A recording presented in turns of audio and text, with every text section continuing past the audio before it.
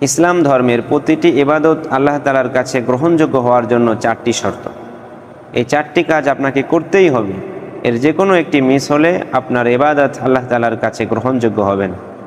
1 নম্বর, সর্বপ্রথম আপনাকে শিরককে চিরতরে বর্জন করতে হবে। কারণ যারা আল্লাহ তাআলার সাথে শিরক করে, আল্লাহ তাআলা তাদের আমল অ্যাকসেপ্ট করেন না। 2 নম্বর, আপনার খাবার, আপনার পানীয়, আপনার পোশাক, আপনার সকল উপার্জন হালাল হতে হবে।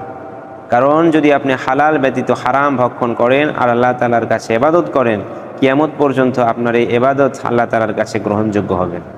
এই জন্য হারামকে চিরতরে বর্জন করতে হবে। 3 নম্বর কাজ করতে হবে, আপনার ইন্টেনশন, আপনার নিয়াতকে বিশুদ্ধ করতে হবে। নিয়াত বিশুদ্ধ যদি করেন, আল্লাহ আপনার আমলকে কবুল করবেন। যদি আপনার নিয়াত নষ্ট হয়, যদি আপনার নিয়াত হয় মানুষকে দেখানোর জন্য, তাহলে কিয়ামত পর্যন্ত এরকম আমল করলে আল্লাহ তাআলার কাছে গ্রহণযোগ্য হবে।